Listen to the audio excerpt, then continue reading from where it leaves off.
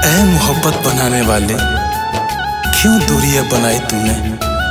अगर मोहब्बत ही बनाना था तो क्यों मजबूरियां बनाई तूने?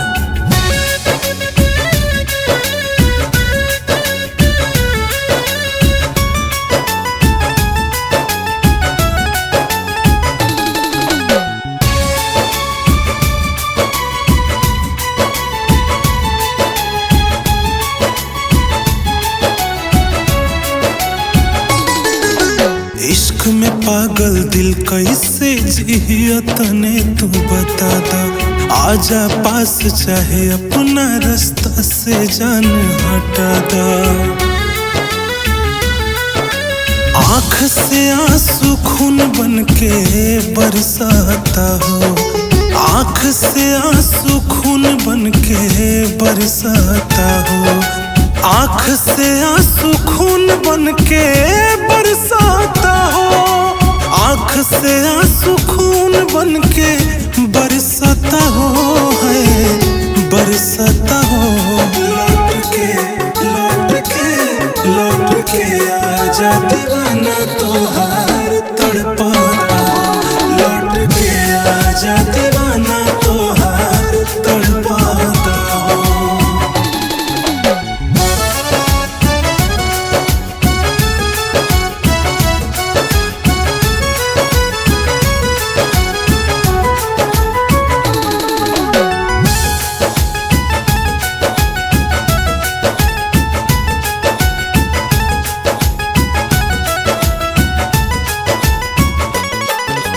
आके खिया के चल जाई तू अपने हाथे जहर। हियरा में उठे रह रह के गजबे सनम लहर।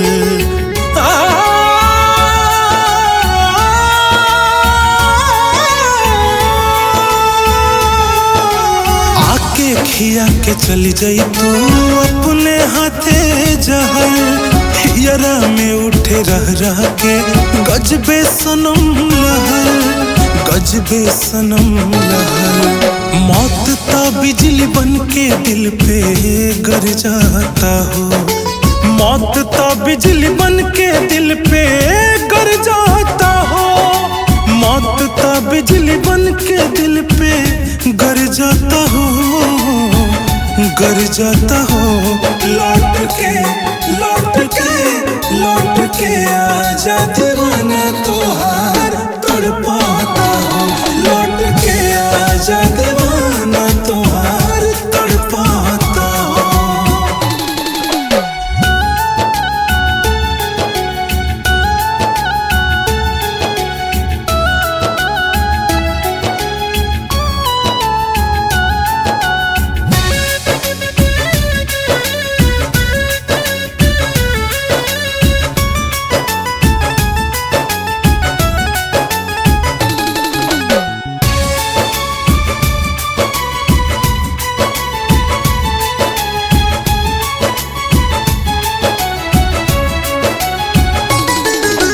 इतना दर्द बदिल में की बर्दाश्त ना होला। प्रेम से बढ़ के जान कबो कुछ खास ना होला।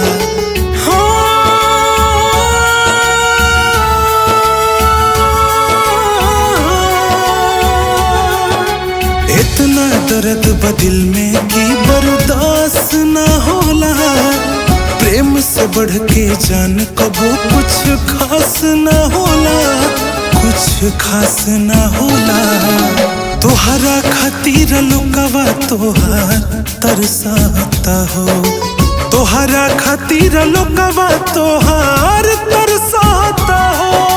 तोहरा खातिर लोकवा तोहार तरसाता हो है तरसाता हो।